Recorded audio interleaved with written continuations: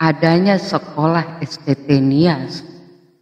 Mungkin bagi kami umat Islam akan melaporkan, bukan mungkin lagi, pasti gitu ya. Mungkin Bang Malikil udah tahu bagaimana. Saya mendukung itu supaya memang kepalsuan di gereja itu terbongkar semua. Siap. Karena Abang tadi berstatement demikian, setidaknya wujudnya kan gini. Saya juga menghimbau kepada umat Islam, kepada Kristen juga, kalau kita ingin menghapuskan tipu-tipu, penistaan, penghujatan, bukan hanya sekedar di TikTok, di dunia maya ini aja. Karena dunia maya ini kan terjemahnya secara ini kan tipu-tipu. Bisa nggak sedikit secara pribadi Bang Malikil menyuarakan secara pribadi bahwasanya Bang Malikil mendukung aplikasi di lapangan gitu, bukan hanya sekedar omongan doang, hanya formalitas sebatas momen aja kita bersorak, kita mendukung, tetapi wujud aplikasinya di lapangan tidak ada gitu. Kira-kira Bang Malikil misalnya membuat sebuah postingan atau VT di TikTok, kira-kira Bang Malikil bersedia nggak? Saya mendukung umat Islam untuk membubarkan, menutup sekolah STT yang mengajarkan penistaan, penghujatan kepada keyakinan agama lain. Kira-kira bisa? Jadi nggak sebatas ini. Juga untuk umat Islam yang katanya mendukung, yang di bawah 1,4K ini, jangan kita hanya mendukung, tetapi ada wujud aplikasinya di lapangan. Ini pun saya himbau kemarin waktu di Komal saya datang yang namanya Bang JBM, kita diskusi panjang. Ternyata dia belum mendalami tentang STT, tapi dia benar-benar mendukung. Yang beliau itu berada di Malaysia, dia banyak menyampaikan apa itu kan banyak, JBM ini kan bahasa Inggris. Jadi sampai ada bertiga orang kita di Komal. Berani nggak? Oh itu ranah pribadi Bun. Saya desak ini. Ya kalau mendukung sekadar ujaran atau ucapan di mulut kita aja kan ya percuma gitu loh. Kira-kira bisa nggak Bang Malikil mewujudkan satu ini, mengaplikasikan apa statement Bang Malikil yang barusan Bang Malikil sebutkan tadi, apa wujudnya, aplikasinya di lapangan kira-kira? Silakan Bang. Makasih. Terima kasih. Jadi gini ya, saya memulai dari diri saya sendiri dan kelompok saya. Jadi kelompok saya sendiri dan kelompok saya sudah terapkan hal-hal yang seperti dimaksud itu. Dan kalau soal pembubaran STT, saya sangat setuju karena STT itu adalah biang kerok. Ya, di dalam STT itu melahirkan penghujat. Bahwa pengajarannya adapun memecah belah bangsa, adapun pengajarannya itu tidak sesuai Alkitab. Jadi STT itu sebenarnya penyumbang kebohongan sebenarnya. Penyumbang kebohongan dan kebodohan. Saya kurang setuju juga itu. Ya kalau maupun diminta, oke lah, ayo kita bubarkan STT itu. Karena kan banyak STT yang nggak becus ya. Yang membuat kekristenan itu semakin terdegradasi, bahkan diolok-olok kan. Jadi kawan-kawan muslim ya, saya tidak mempersalahkan kawan-kawan muslim menarasikan Yesus begini begono. Karena ada inspirasinya ya dari tunggal itu. Jebolan STT itu. Jadi gitu ya. Saya sangat setuju untuk hal itu. Dibubarkan saja yang menjadi pemecah belah itu. Oke, siap. Kita record ya Pak ya. Statement Abang tadi. Terima kasih banyak responnya. Ya, silakan dipost kemana-mana. Adapun ada pengacara itu melaporkan ini dan itu, menurut saya itu berbahaya. Berbahayanya apa? Akan terjebak kekristenan di dalam, ya menurut saya berbahayanya dalam nilai positif. Dia akan kaget, oh ya begini ya. Lah iya, bagus, lanjutkan kawan-kawan supaya banyak Kristen yang buta-buta, yang dibodohi di dalam gereja, dalam pengajaran Tritunggal itu menjadi sadar. Lanjutkan. Ya. Terima kasih. Oke, sebentar Bundo izin saya sapa dulu ini Pak Karen. Pak Karen selamat siang Pak Karen.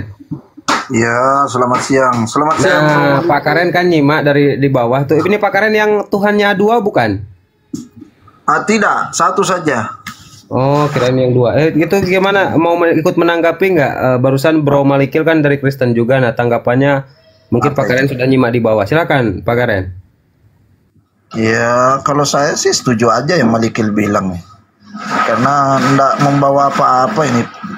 STT cuma melahirkan ini saja, setengah gila saja.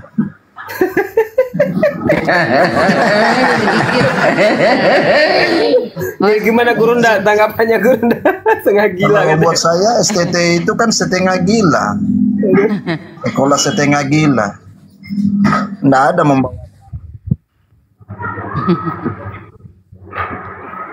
Sedikit izin. Lanjut, Bundo, silakan lanjut. Ini ya.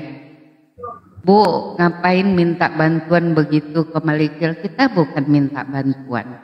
Kita ingin beliau berstatement kayak begitu. Juga kepada umat Islam yang mendukung. Juga kepada umat Kristen yang mendukung membubarkan sesuatu yang namanya di ranah pendidikan gitu loh. Bukan minta bantuan kami tidak mampu. Bukan begitu. Jadi mungkin gini, kalau saya dibutuhkan untuk mengklarifikasi tentang STT ini, saya bersedia. Masya Allah. Ya. Ya. Jadi enggak, saya menanggapi sedikit aja Bang Malikil. Mungkin resepsi mereka karena kami umat Islam tidak mampu minta bantuan ke Bang Malikil, bukan itu.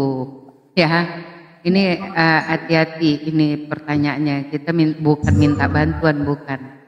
Kita mewujudkan apa yang telah terucap yang betul. Tadi itu aja. Karena Bang Malikil sudah mengucapkan gitu.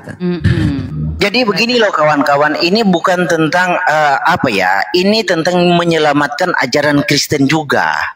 Jadi tentang Alkitabiah yang dipelesetkan oleh orang-orang STT yang basisnya Tritunggal itu. Jadi bukan hanya STT yang kita datangi, LAI kita samperin, Anwar Chen itu kita samperin, gitu. Itu kita sudah lakukan. Jadi apa tindakan dari mereka, respon dari mereka kita lihat. Tapi ya memang selama ini lembaga-lembaga itu seperti lembaga Yakuza ya, menutup diri, anti kritik, gitu. Oke, Bro Maliki. Tapi ini kalau boleh tahu Pak Karen ini Tritunggal atau apa ini Pak Karen? Silakan Pak Karen. Saya. Ya. Ya, saya pengikut Yesus lah. Denomnya? Kalau denom saya karismatik. Oh, karismatik. Siap. Gurunda atau Bundo belum selesai, silakan lanjutkan dulu Bundo. Ya, udah selesai. Masya Allah, siap Bundo. Yang lain, Bang Zuma kayaknya udah masuk sholat ini. Beda 1 jam Makassar, memang iya sih sudah. Iya, udah masuk beliau parfum mungkin. Bang Krios ada. Oke, Akhi Moto dari tadi belum berkomentar, silakan. Fadol, Akhi. Iya, terima kasih buat kesempatannya. Ini Bro Herdi sama Bro Karen, menurut teman-teman Kristen semua yang ada di sini tuh, STT ini apa sih pelencengan-pelencengan yang paling signifikan yang mereka lakukan terhadap tubuh kekristenan itu sendiri gitu? Dari A sampai Z, Bro. Hampir sekolah semua. Cari makan. Oh, cuma melahirkan seorang yang tanda kutip, bisa nggak saya katakan bahwa mereka tuh hanya pemeras-pemeras uang jemaat gitu? Iya, itu salah satunya. Jadi STT itu kan melahirkan orang yang mengeliminasi firman Tuhan dalam konteks Alkitab ya. Jadi STT itu adalah orang-orang yang mengajarkan sesuatu yang salah. Itu bisa dibuktikan, hampir semua jebolan STT sih seperti itu. Silakan Pak Karen, tadi mau bicara, silakan Pak. Ya kalau buat saya STT itu sekolah cari makan juga, sekolah setengah gila. melahirkan orang buat cari makan aja, jadi pencarian, bukan tujuan untuk Yesus, bukan. Banyak kok pendeta-pendeta yang keluar masuk hotel itu beli janda pirang kok. Ahimoto Oten lebih pedes ya omongannya ya Oten ya. Ahimoto. Iya. Mereka lebih berani karena memang itu ranahnya mereka gitu. Mereka masa ajarannya tanda kutip dinistakan gitu kan oleh internal mereka. Biar mereka berbenah diri lah. Kalau merasa mereka hamba Tuhan, merasa STT ya harusnya ya lebih daripada kita dong begitu. Kita memberitakan Injil ndak minta digaji kok. Mereka memberitakan Injil ndak dibayar, itu pun malas-malasan. Siapa yang bayar? Nggak ada. Free. Bahkan kadang-kadang terlalu mengagung-agungkan. Saya tuh lulusan STT loh. Kamu lulusan mana? Kan sering gitu ya kalau dalam ranah dialog ya, diskusi lintas iman gitu kan. Ketika memang mereka tuh kayak nggak siap bahwa kebenaran atau data yang faktualnya itu hadir di luar apa yang selama ini mereka pelajari gitu kan. Mereka kaget dan lalu menyerang secara pribadi atau secara ya secara pribadi lah. Oh kamu emang lulusan apa? Saya STT ini loh. Kamu ini kan sering terjadi tuh. Nah itu hanya menyebabkan suatu diskusi itu menjadi bias yang artinya bahwa ujung-ujungnya mereka tuh ya di STT ini apa sih isinya brainwash terhadap firman Tuhan atau melahirkan orang-orang yang fahamnya cuma tanda kutip ya keduniawian aja atau kedagingan aja yang bersifat ya gue cuma pengen cari duit aja gitu kan, nggak peduli mau jemaat ini paham terhadap firman Tuhan atau nggak peduli kalau secara khotbahnya gue atau sesuatu yang gue beritakan ini tanda kutip mengangkangi firman Tuhan gitu. Apakah seperti itu Bang Karen sama Bro Herdi? Ya STT itu kan adalah lembaga yang melahirkan roh-roh primordialisme. Di mana-mana kan begitu, baik di dalam dunia debat, di mimbar. Apa ada orang-orang STT kecuali memang orang yang takut akan Tuhan. Tapi kalau memang STT, jebolan-jebolan STT itu mayoritas itu lahir dengan roh primordialnya, ya, primordialismenya. Selalu dilayani itu hal-hal yang tidak biblikal. Sebenarnya ya Kristen Indonesia harus bersyukur dengan adanya Muslim. Dengan adanya Muslim ya bisa mendalami lagi, bisa sadar dari salah jalannya. Itu loh. Jadi kawan-kawan Muslim itu sebenarnya ya keberadaannya itu sebenarnya adalah jadikan mereka itu adalah motivasi untuk yang percaya Alkitab ya, jadikan kawan-kawan Muslim sebagai motivasi untuk mendalami Alkitab, bukan membangun permusuhan. Itulah. Nah, roh primordialisme ini yang ada di dalam STT ini yang memicu perpecahan. Masakan diajarkan ini dan itu sesuatu yang kayak yang dilakukan itu yang viral itu, aduh, itu kan sesuatu yang tidak mendidik. Ya, dalami saja Alkitab. Kenapa? Memang Kristus pernah meneladankan itu ya. Di dalam semasa Kristus ada 33,5 tahun di dalam dunia, apakah dia pernah senggol iman orang Yunani pagan? Enggak pernah. Lalu buat apa STT mengajarkan hal-hal seperti itu? Kan tidak meneladankan Kristus. Nah itu ya, saya sangat sepakat STT itu dibubarkan saja karena biang kerok. Itu aja bro.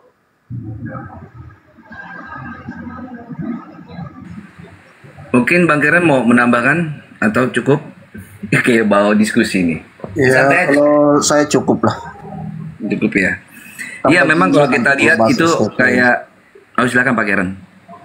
Ya kalau mau bahas STT tambah gila, ikut-ikut gila kita, karena kita ini korban daripada pengajar-pengajar STT gitu. Udah dimintai duit, dipajaki perpuluhan, hasilnya ya kayak beginilah. Oh jadi mereka sistemnya tuh pengennya dilayani ya, bukan melayani jatuhnya ya? Oh ya iya, mereka bos besar, merintah-merintah di gereja, tiki pinggang nyuruh-nyuruh kita. Baru dimintai duit lagi. Sudah begitu nyuruh-nyuruh kita yang yang kasih duit, bukan mereka yang bayar kita. Dan disuruh diminta duit gitu. Mereka yang merintah, bukan kita dapat gaji, malah kita yang gaji mereka, kan goblok. Akhirnya saya sadar, oh saya dibodoh-bodohi nih. yang keluar duit, mereka yang enak-enak, mereka merintah juga. Wah, ini keterlaluan. Ini enggak sesuai ajaran nih. Kan harusnya kalau memang betul sesuai dengan Alkitab kan mereka memberikan teladan. Kita kerja, mereka juga kerja dong. Yang kita kerja mereka ongkang-ongkang kaki, nyuruh-nyuruh. Memang biasanya apa yang mereka suruh Pak Karen? Kenapa gimana? Iya, biasanya apa yang mereka suruh Pak Karen? Ya banyak lah. Misalnya di gereja kerja bakti mereka cuma tiki pinggang kan. Kalau pelayanan juga Pak Keren ini tolong ini siap. Tapi Pak Karen mau kan? Kasihan Pak Karen. Pak Karen mau kan? Waktu itu mau. Gimana? Keren. Tapi waktu itu Di awal-awalnya Pak Karen mau kan? karena kan melayani Tuhan. Katanya kan melayani Tuhan. Lama-lama saya sadar ternyata melayani STT, setengah gila. Ada dari pingsan ya Bang. Ciuman dari pingsan. Ya, jadi berarti pengikut-pengikutnya lagi pada pingsan semua yang mau diperintah-perintah tuh ya Bang Karen. Istilahnya gitu, istilah apa ya? Istilah Ya harus ada kesadaran lah, kan kita punya pikiran, masa mau dibodoh-bodohi terus seumur hidup gimana? Enggak gini Pak Karen, kirain dengan adanya STT ini Kristen makin cerdas, enggak ya? Bukan, tambah gila, kata tambah sableng sih. Coba lihat aja di TikTok. Saya saja malu kalau lihat kalau ada Kristen-Kristen naik di room Muslim, itu malu saya loh. Mendingan tak lewat lah.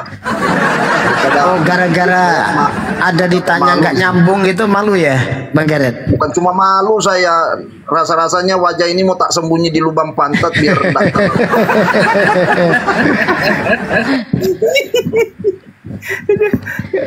Jadi kalau sadar sebenarnya ya seperti katakan Hirdi tadi ya, bahwasanya kalau ada umat Islam, orang Islam itu bertanya tentang kekristenan itu sebagai koreksi kalau seandainya orang Kristen itu tidak tahu. Nah ini sebagai pemompa untuk lebih mempelajari Bible itu sendiri, sebenarnya seperti itu.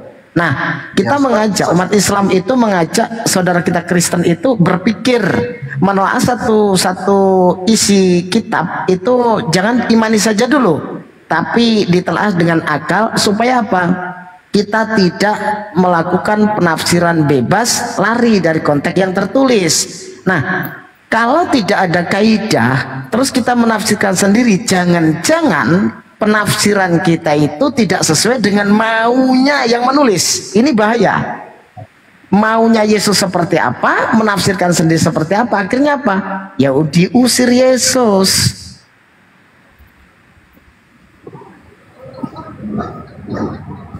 Oke, begini ya, Pak Karen kan udah jujur, bentar Bro Malikil, ya bentar. Pak Karen udah jujur tentang STT nih. Nah ini tentang Tuhan nih, kira-kira Pak Karen berani jujur nggak?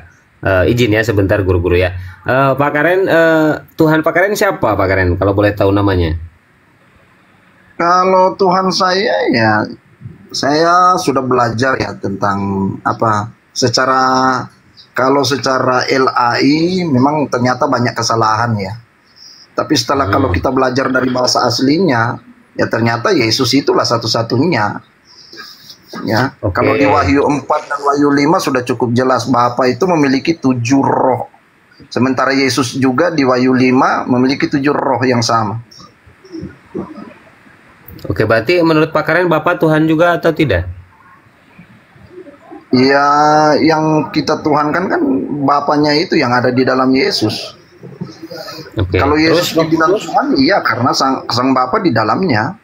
Oke, terus Roh Kudus? Ya roh Bapa itu sendiri yang ada di dalam Yesus juga. Kan Yesus memiliki 7 roh Allah kalau di Wahyu 5. Sama di Wahyu 4 juga Bapa itu memiliki 7 roh Allah. Berarti antara Bapa dan Roh Kudus ada dalam diri Yesus semuanya? Semuanya. Diborong sama Yesus semua. Iya. Menyatu. Berarti pas Yesus disalib juga semuanya ikut tersalib ya? Ya raganya doang dong, kan Yesus menyerahkan rohnya. Oke, lanjut. Lihatlah rohnya. Masanya Bapak, masa ada yang bisa nyalipkan Bapak gimana? Enggak, soalnya gini Kang Erwin, ada Pak Karen juga, tapi Tuhannya dua, dia ngaku dua, berarti Gini, Bang Karen ya sedikit ya. Tapi pada saat Bang Karen memahami seperti itu, oke aja lah ya, karena itu sesuai yang tertulis, itu ranahnya keiman. Pada saat lari ke ranah keiman, kita kan nggak bisa tuh sesuai yang tertulis.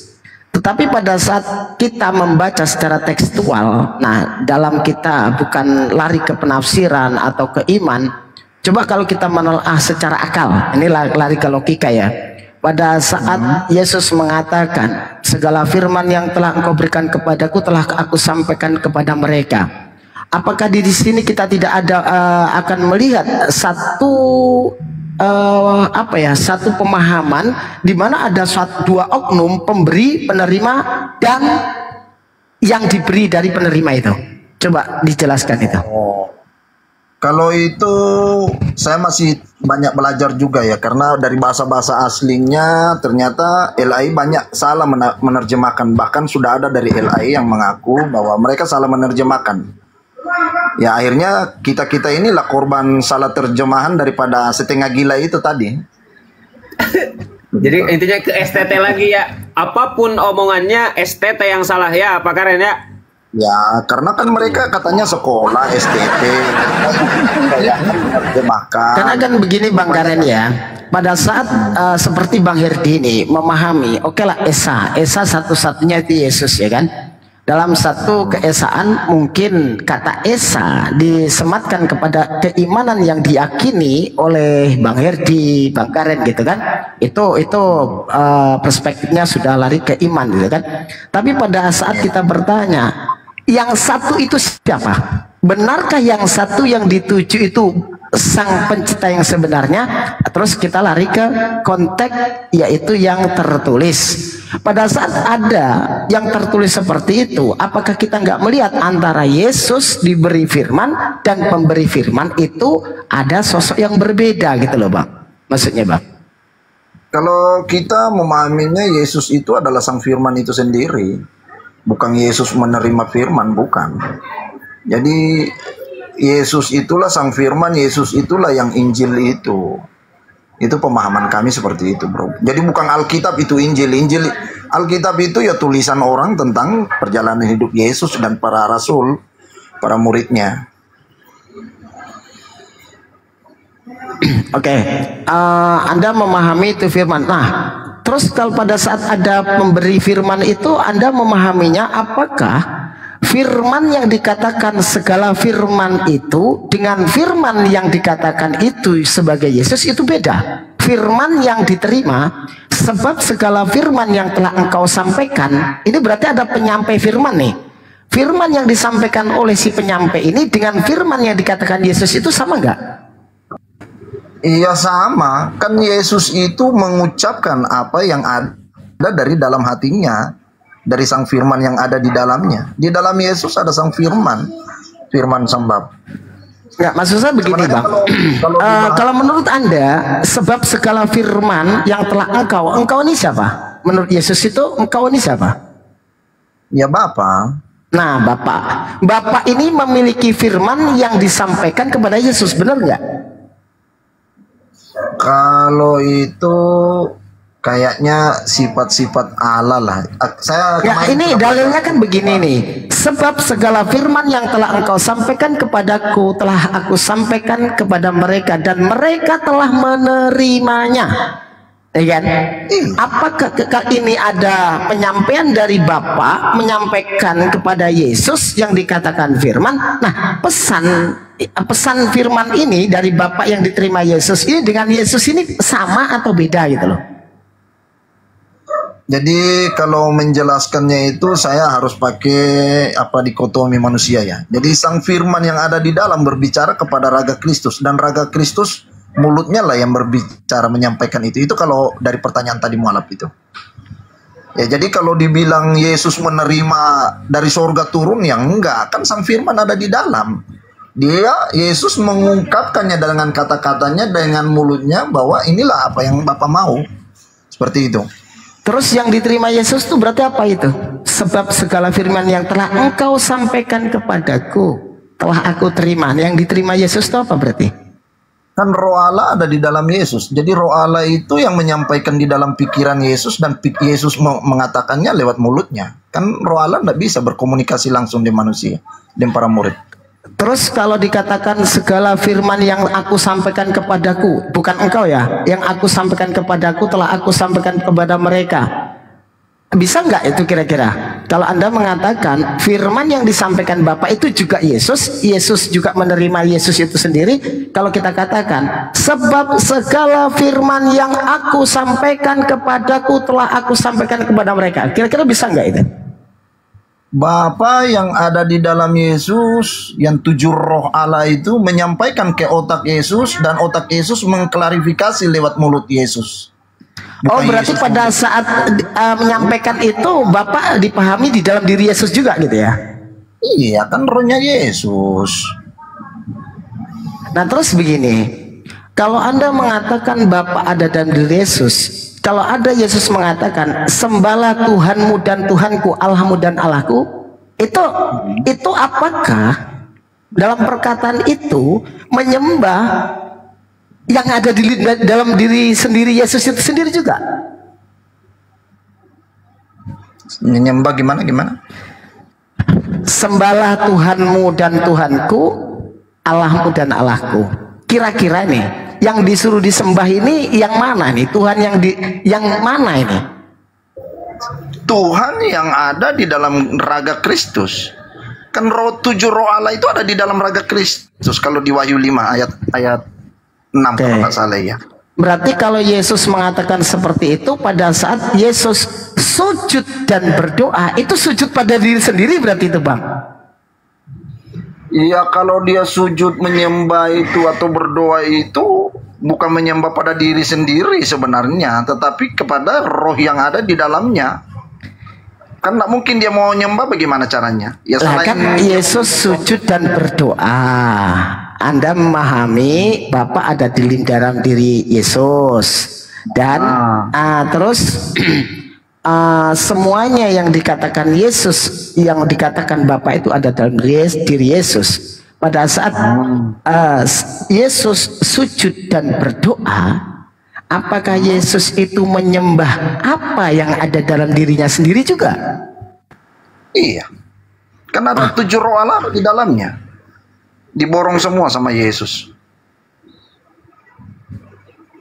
Berarti nyembah dirinya sendiri ya? Bisa nggak dikatakan seperti itu? Kalau nyembah diri sendiri kan bagaimana ya? Ya sebagai manusia, apa ya, dia berlutut menyembah itu ya wajar. Tetapi kalau yang dia sembah siapa ya 7 roh yang ada di dalam dirinya, bukan kepada dirinya. Dirinya apa itu kan kemanusiaannya, nggak mungkin. Karena saya penasaran gini Bang ya, pada saat dikatakan firman itu adalah Yesus, terus ada tertulis begini, berfirmanlah Theos. Nah pada saat Theos ini, berfirmanlah Theos seperti ini, firman yang dari Theos ini apakah juga sama dengan yang dikatakan Yesus? Boleh saya tengahi, bro? Nah, silakan balik. Ya. Jadi ini adalah paham yang ditularkan oleh STT dan LAI yang sedang didiskusikan barusan itu. Firman itu adalah seolah-olah adalah sosok yang lain dari Sang Pencipta itu. Nah, jadi memang mindset itu adalah mindset yang diajarkan di dalam gereja, itu adalah mindset paganisme. Nah, Alkitab itu tidak bisa dipahami dalam konteks mindset pagan atau Yunani atau Roma, tidak bisa. Alkitab itu harus dipahami dalam mindsetnya orang Israel, karena Alkitab itu latar belakang budayanya Israel. Nah, soal hologos ini di dalam Yunani, di dalam Hebrew hadafar, ya di dalam Aramaik demeltah, juga mereka sebutkan memra, itu bukanlah sosok yang lain selain Yotevave Sang Pencipta itu, bukan, tetapi adalah Ketif Kere. Jadi penting untuk mengenal Alkitab dari budaya Israel. Orang Israel ketika mereka bacaannya itu atau salinannya itu tentang 4 aksara itu tetragrammaton, mereka tidak akan menyalin atau menulis tetragrammaton itu. Mereka akan menggunakan ketif kere. Ketif itu ditulis, kere itu dibaca.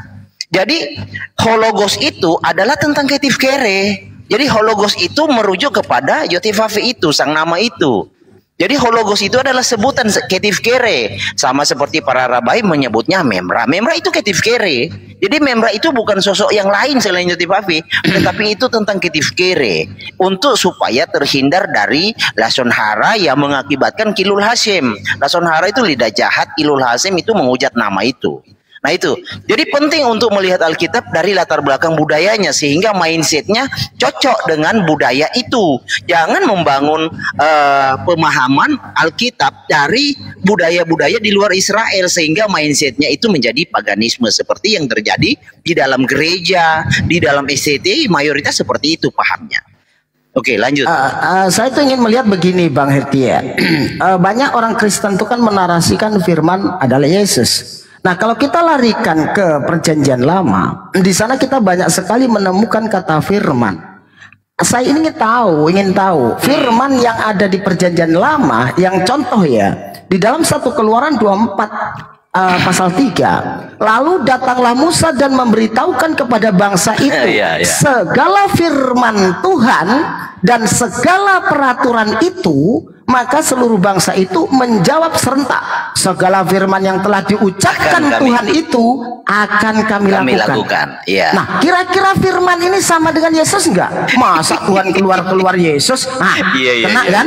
Kena. Kita tidak bisa membedakan kata firman secara fix, firman Perjanjian Lama dengan firman yang dimaksud Yesus. Ini loh, harusnya mungkin dibedakan harusnya gitu loh. Betul. Itu mengalami distorsi juga dan pengkultusan di dalam terjemahan. Jadi Ela itu melakukan sesuatu tindakan pengkultusan, yaitu padahal pengkultusan maksudnya begini loh. Jadi firman itu dikultuskan. Di dalam bahasa terjemahan itu dibuat pengkultusan, tetapi dalam originalnya sebenarnya tidak spesifik. Di dalam originalnya itu umum. Contoh kalau berbicara hologos, Paulus punya hologos, murid-murid punya hologos. Nah, kalau hologos diterjemahkan dalam konteks bahasa Indonesia, dikultuskan, sang firman berbicara Tuhan, apakah Rasul Paulus juga Tuhan? Apakah murid-murid juga Tuhan? Nah, itu. Jadi pengkultusan ini tidak diimbangi penjelasan oleh Elai, sehingga membuat kekristenan itu menjadi bodoh. Ya, saya bicara apa coba adanya gini, ya. Bang Herdi. Bang Herdi mungkin lebih tahu ya tentang original text. Coba dijelaskan beda original text Keluaran ini tentang segala firman. Kata firman dengan firman yang dimaksud Yesus. Itu original text. Kalau di Keluaran kan itu bahasa Ibrani tuh. Kalau di Yunani kan jadi apa? Apakah sama dengan firman yang dimaksudkan firman adalah Yesus? Oke, jadi gini ya, kalau hologos. Bro Herdi izin bentar ya, mohon maaf ya. Ini saya sapa dulu, barangkali ada Tritunggal yang mau. Boleh. Bang Pia Bungsu, Muslim apa Kristen, Bang? Silakan. Ya, salam, selamat siang. Selamat siang. Selamat siang. Tritunggal, Bapak Tritunggal. Ya, Tritunggal betul sekali. Oh, bagus lah. Ayo Bro Herdi, ayo. Bro Karen, ayo. Ya, silakan Bro. Apa pembelaanmu? Monggo. Kita diskusi santai, sharing ya. Oke. Ya, saya sharing. Saya juga tidak terlalu mendalami ya namanya kekristenan, karena saya juga baru. Karena dasar iman saya itu Kristus. Begini Bro, kenapa saya naikkan Anda? Karena Bro di bawah tadi komen bahwa Bro Malikil ini atau Bro Herdi ini tidak paham katanya. Oh, di komen. Tolong ditunjukkan di mana dikasih paham. letaknya. Kasih paham. Yang saya mau penasaran saja, ketika Malikil mengatakan Tuhan Yesus adalah Bapa itu sendiri, coba tolong buktikan kepada saya, ketika Tuhan Yesus memohon berdoa, apakah Tuhan Yesus berdoa kepada Bapaknya atau kepada dirinya sendiri? Oke. Oke. Jadi saya izin ya host ya, kawan-kawan muslim ya, saya terangkan dulu ini. Begini bro, silahkan, dan untuk begini ya, untuk ikhwan fillah muslim yang ada di atas khususnya, jangan sampai sebelah ya, jadi Iya, siap. kita tidak prosen. Jadi intinya gini, untuk bro dan Pia Bungsu tetap kondusif, ngomong bergantian, jangan sampai tidak kondusif. Begitu ya, izin ya, lanjut. Aman. Izin dulu host ya. Sebelum saya mendengarkan jawaban dari Abang Malikil ini, izinkan saya sedikit untuk menarasikan sedikit saja ya. Oh ya, monggo. Bagaimana saya mengenal sang sumber Allah Bapa yang tidak terjangkau itu, yang tidak ada satu manusia pun yang bisa menjangkau dia. Izinkan saya untuk menarasikan sedikit. Apa boleh host? Nanti baru Abang Malikil menjawab pertanyaan saya. Oke, saya kasih Anda waktu paling lama 2 menit. Jangan lebih dari 2 menit ya, biar enak ya. Gantian. Makasih, Mas. Oke, lanjut. Saya terlahir tidak membawa agama. Saya terlahir tidak mengenal Tuhan. Awalnya saya tidak mengenal Tuhan. Dari mana saya bisa mengenal Tuhan? Ketika Tuhan itu berfirman, disitulah saya mengenal Dia. Tuhan menyatakan dirinya lewat firman-Nya. Saya menganalogikan sedikit. Ketika saya tidak memperkenalkan diri saya bahwa saya ini adalah Pia Bungsu, bagaimana orang-orang akan mengenal saya bahwa saya ini adalah Pia Bungsu ketika saya tidak berfirman? Kan begitu, begitu ya. Jadi dari mana saya mengenal Allah Bapa, sang sumber yang tidak kelihatan itu? Melalui Tuhan Yesus. Oleh sebab itu dasar iman saya adalah Tuhan Yesus Kristus. Karena Dia adalah firman-Nya Allah Bapa yang menyatakan Bapa itu sendiri. Jika tidak ada Tuhan Yesus, mustahil orang akan mengenal Allah Bapa sang sumber yang tidak terjangkau, karena Dia adalah roh. Tidak seorang pun yang akan bisa melihat Dia. Firman-Nya lah yang menyatakan dirinya. Bagaimana? Ada ayatnya. Akulah jalan dan kebenaran dan hidup. Tidak seorang pun yang akan sampai kepada Bapa kalau tidak melalui aku. Jadi kalau saya tidak melalui Tuhan Yesus, bagaimana mungkin saya akan sampai kepada Bapa? Bagaimana mungkin saya akan mengenal Allah Bapa kalau tidak melalui Tuhan Yesus? Karena Tuhan Yesuslah yang menyatakan Allah Bapa itu. Oleh sebab itu kami orang-orang Tritunggal mempercayai bahwa lewat firman-Nya lah kami mengenal sang sumber itu. Karena sang sumber itu tidak dapat kami jangkau. Firman-Nya lah yang menjangkau kami, yang menyatakan sang sumber itu. Oleh sebab itu kami mempercayai bahwa Tuhan Yesus adalah satu-satunya jalan keselamatan bagi kami menuju sang Bapa. Oleh sebab itu Tuhan Yesus berdoa kepada siapa? Kepada Allah Bapa. Mustahil kalau dia berdoa kepada dirinya sendiri. Terima kasih Pak Pia. Izin sebelum ditanggapi oleh Bro Malikil, izin saudaraku semuanya, kebetulan di Jawa Barat ya, untuk WIB udah jam 11, saya persiapan mau sholat Jumat, mau persiapan dulu. Tapi saya monitor dulu. Monitor Bundo. Monitor ya. Oke, gitu maaf ya Bundo ya, titip dulu ya Bundo ya. Iya. Apa bro, setelah sholat aja. Ini ada